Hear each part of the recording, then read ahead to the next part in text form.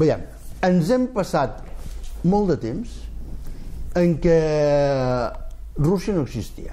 Bé, millor dit, la literatura russa.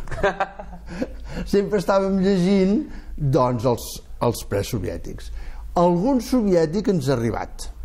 I ara reediten autors dels anys 30, recuperen 50... Inclús anteriors, el Turgenev, aquest està... No, el Turgenev és el clàssic, no. Sí. Però el que no vèiem, feia molt de temps, crec jo, és un autor contemporani rus.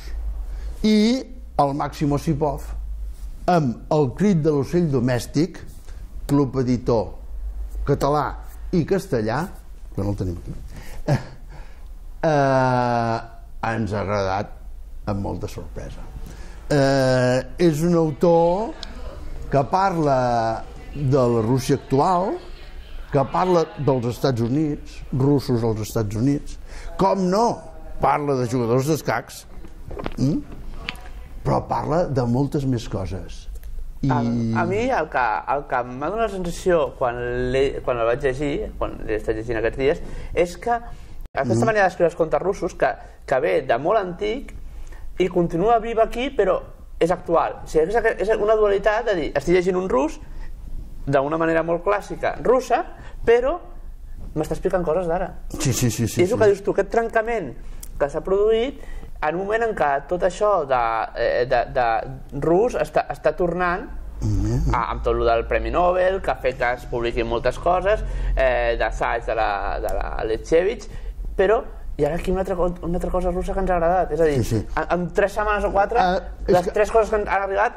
Home, és que Rússia és d'alguna cosa, eh? Home, no, i té un pes en la cultura i en la història, no? I el que has dit m'ha agradat molt. O sigui, és Txékhov, però actual, ara. I bo.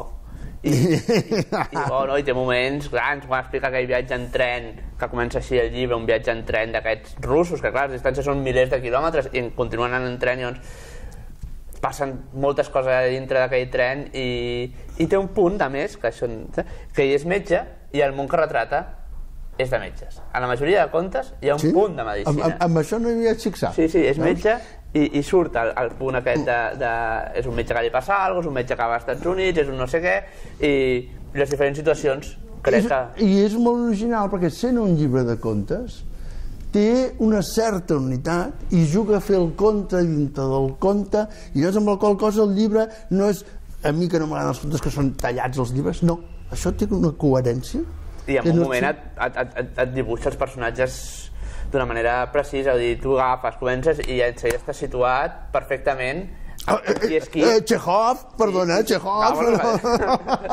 Bé, és el consell d'aquesta setmana.